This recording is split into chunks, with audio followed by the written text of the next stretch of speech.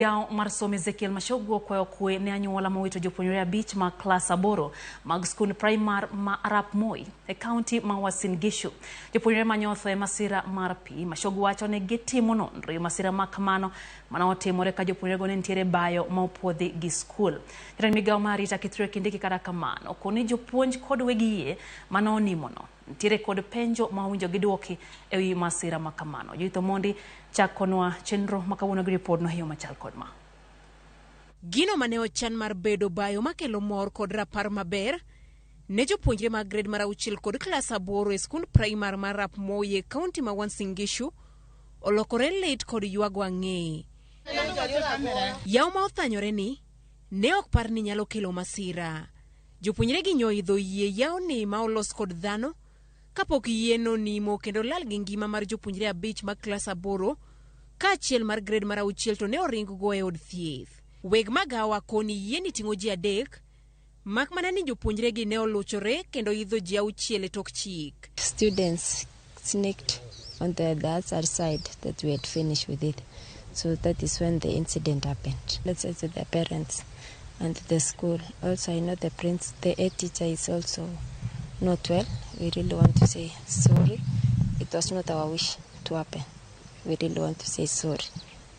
My condolences. It was not a wish for anybody, for any parent to lose their child at the last minute to sit for the exams. E okinyi makawuono, kar timo alam ne jopuonjre mag skul no marito penj, jonyuol mane owito nyithindgi ne timo negi alam mar kweyogi. Na nilipata taarifa mwendo wa saa 11 jioni, nikaambiwa my brother amepass, na tunahusuni sana mwingi kwa kumpoteza yeye. Wakiwa pale walikuwa na burudika kidogo wakijienjoy wakiwait exam. Nimepoteza mtoto na sisi tu na hata wazazi, mimi na watoto tu.